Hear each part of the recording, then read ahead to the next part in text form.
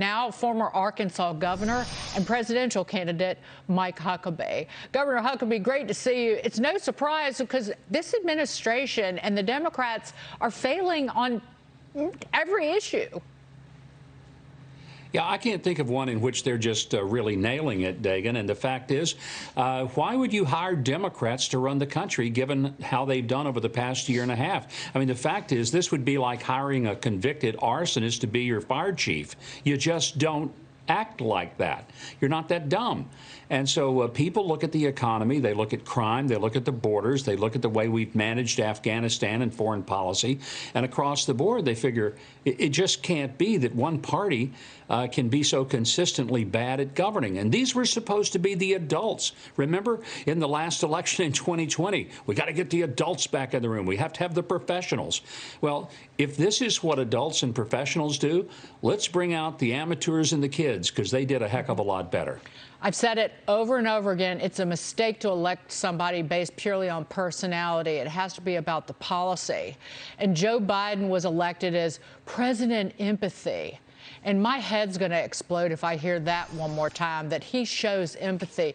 Does he? Because he showed nothing but apathy for the Americans who are struggling, whether it's crime in front of their home, in front of their apartment building, whether it's people living along our border, and virtually every working American who is struggling with 40-year high inflation.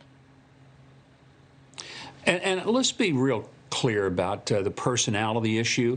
I know a lot of people say, well, Donald Trump could be rather contentious and abrasive. Sure, he could, but he got things done.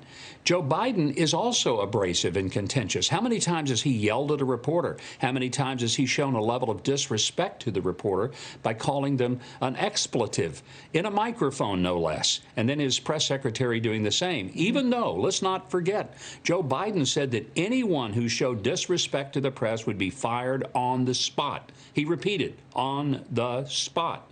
I'm just waiting for him to fire himself, his press secretary, and the biggest part of his staff. One of the most egregious things that he has said was standing in front of the American people at the White House and accusing border agents doing their jobs of whipping illegal migrants. It was a lie. He used the word strapping, but he said it. Yeah. Alejandro Mayorkas said it, and those individuals deserve an apology. And frankly, everybody trying to protect our border deserves an apology from this White House, because they put their lives on the line. Look no further than Bishop Evans when Jen Psaki got up there and said, well, he didn't work for the federal government. He worked for the state. That's just appalling and just shows a complete lack of feeling for anyone. Moving on to Mayorkas. What were you going to say, Governor?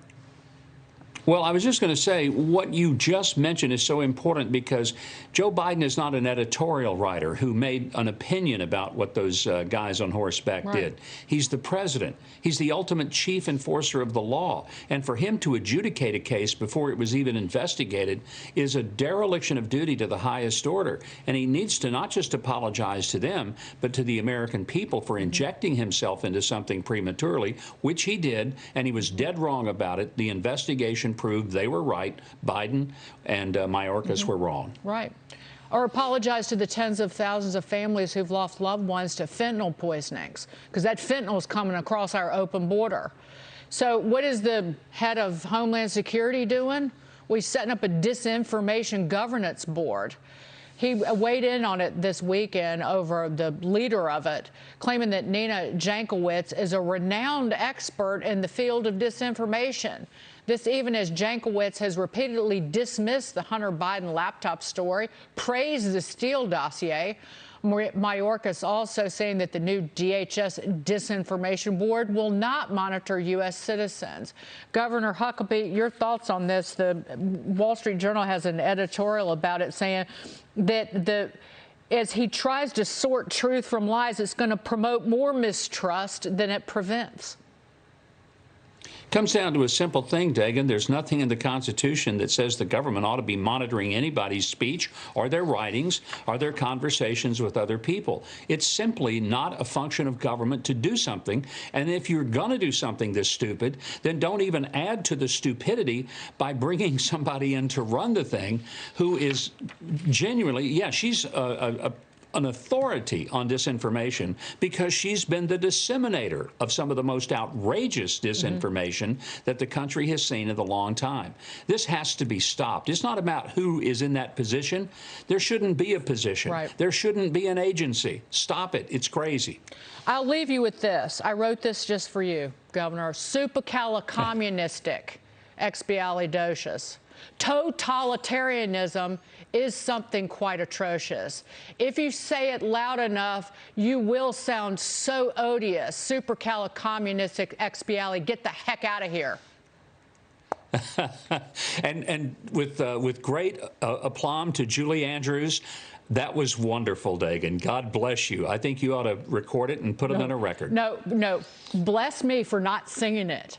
Because, Governor, you're also a preacher. I do not sing in church.